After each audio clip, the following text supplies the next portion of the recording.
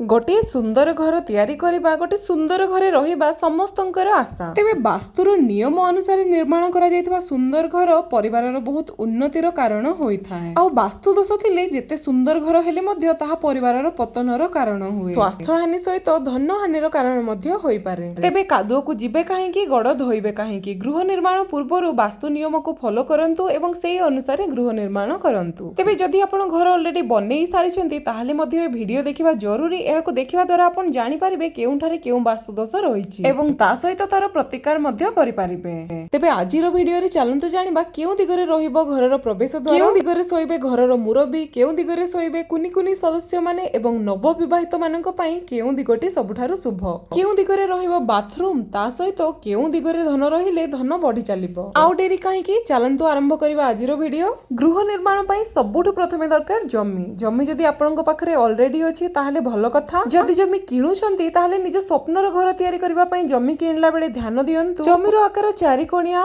माने वर्गाकार किंबा आयताकार होइतिबा अत्यंत शुभ। जमी कोठी आगो बढ़ी जाय नथिबा कथा किंबा कोनोसी कटा छटा नथिबा कथा। जमी को शुभ दिन देखि किणंतु एवं शुभ दिन रे गृह निर्माण कार्य आरंभ करंतु।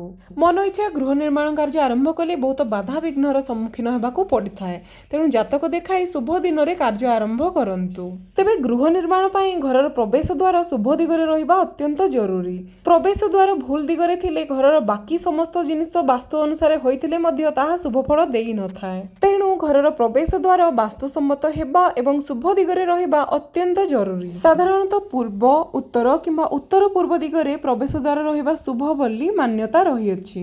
तेबे सदस्य मानकर जातक अनुसार मध्य प्रवेश द्वार निर्धारित करा जाय। घरर झरका कबाट तयारी कला बेले ध्यान दियंतु जेमति झरका कबाट सब उत्तर किंबा पूर्व दिगरे रहिबो। एहा अत्यंत शुभ। सूर्योदय समय सूर्यालोक गृह मध्य को प्रवेश करिबा द्वारा वास्तु दोष दूर हेबा सहित परिवारर अनेक उन्नति एवं मंगल होइथाय। तेणु झरका कबाट को सही भाबरे निर्माण करंतु एवं सकाळु सकाळु खोला रखंतु। प्रथमे कथा बा ठाकुर घर विषय रे। हिंदू धर्म अनुसार भगवान को सबुठारु ऊपर देखा जाए। भगवान को पाई ठाकुर घर निर्माण करिबा पाई उत्तर पूर्व दिग होची सर्वोत्तम। एही दिगरे करा जायतिबा जप तप साधना विशेष फल देइथाय। कुहा जाय छोट छुआ मानक मध्य रे भगवान बसवास करंती। तेणु परिवारर कुनी सदस्य मानकर सोइबा रूम, पाठ पढ़ा रूम पूर्व किंबा उत्तर पूर्व दिगरे रहिबा सर्वोत्तम। एपरि करिबा द्वारा पिला मानकर पाठ पढ़ारे विशेष रुचि रहिथाय। कुहा जाय स्वास्थ्य ही संपद। आ हमर स्वास्थ्य आमे केउ प्रकार खाद्य खाउछु ता उपरे निर्भर करे। तेणु घरर रसोई घर वास्तुसम्मत हेबा अत्यंत जरूरी। घरर दक्षिण पूर्व कोण को आग्नेय कोण एवं माता लक्ष्मींकर दिग बोली कुहा जाय। एही दिगरे रसोई घर रहिबा अत्यंत शुभ फल दिए।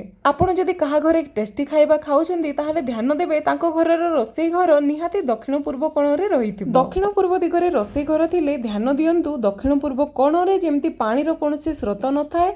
रसोई कला बेले मुह जेमति पूर्व किंबा उत्तर को रहुथाय। रसोई घर किंबा पूजा घरर कांथ को लगी बाथरूम रहिले ताहा अत्यंत खराब फल देइथाय। एबे कथा बा घरर ड्राइंग रूम विषय रे। ड्राइंग रूम गोटे एमती स्थान जोठु बाहर लोक माने आसी उठा बसा करिथान। तेबे ड्राइंग रूम घरर उत्तर पश्चिम दिगरे रहिबा उचित एवं ड्राइंग रूम को खूब सुंदर भाबरे सजाई रखिबा उचित। घरर बालकनी किंबा स्फटिक जदि आपण रखिबा को चाहुचंती ताहाले उत्तर किंबा पूर्व दिगरे बालकनी किंबा स्फटिक रहिबा सबुठारु उत्तम। नवविवाहित दंपति मानक सोइबा पई सबुठारु भलो दिग हेला उत्तर पश्चिम दिग। एही दिग को रोमांस र दिग मध्य कुहा जाय।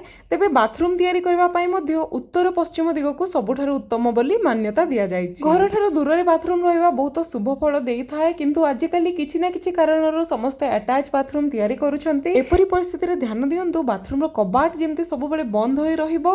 ता सहित बाथरूम रे किछि भलो फ्रेशनर यूज करंतु जेमति भलो वासना आसीबो। तेबे चलंतु एबे जानिबा मास्टर बेडरूम विषय रे। केउ दिगरे सोइबे घरर मुरबी। घरर मुरबी को ऊपरे पूरा घरर दायित्व रहिथाय। धन उपार्जनर दायित्व रहिथाय। एपरि परिस्थिति रे दक्षिण पश्चिम दिग को मास्टर बेडरूम रो दिग बा घरर मुरबी मानकर सोइबार दिग बोली कुहा जाय। घरर मुरबी एही दिगरे सोइबा द्वारा परिवारर अन्य सदस्य माने तांको मानिकी चलंती। एही दिगरे सोइबा द्वारा पितृपुरुषंकर आशीर्वाद मध्ये मिलिथाय जाहा फल रे जीवन सुरुखुरुरे बीतिथाय। दक्षिण पश्चिम दिग को वास्तुशास्त्र अनुसार धनर दिग बोली मध्ये कुहा जायछि। तेणु निज धन रखिबा पई एही दिग को आपण व्यवहार करि परिबे। वास्तु अनुसार घर तयारी करंतु आ देखिबे आपण तयारी करथिबा घर आपणंकु तयारी करिवो। रंग ପଙ୍କରୁ ରାଜା ବନାଇ ପାରିବ, ପରିବାରରେ ସୁଖ ଶାନ୍ତିର ପରିବେଶ ସୃଷ୍ଟି ହେବ। ତେବେ ବାସ୍ତୁଶାସ୍ତ୍ର କୌଣସି ମନଗଢ଼ା କଥା ନୁହଁ, ଏହା ବହୁତ ପୁରୁଣା ଏବଂ ଏହାକୁ ମାନି ଚଳିଲେ ମଙ୍ଗଳ ହେବ।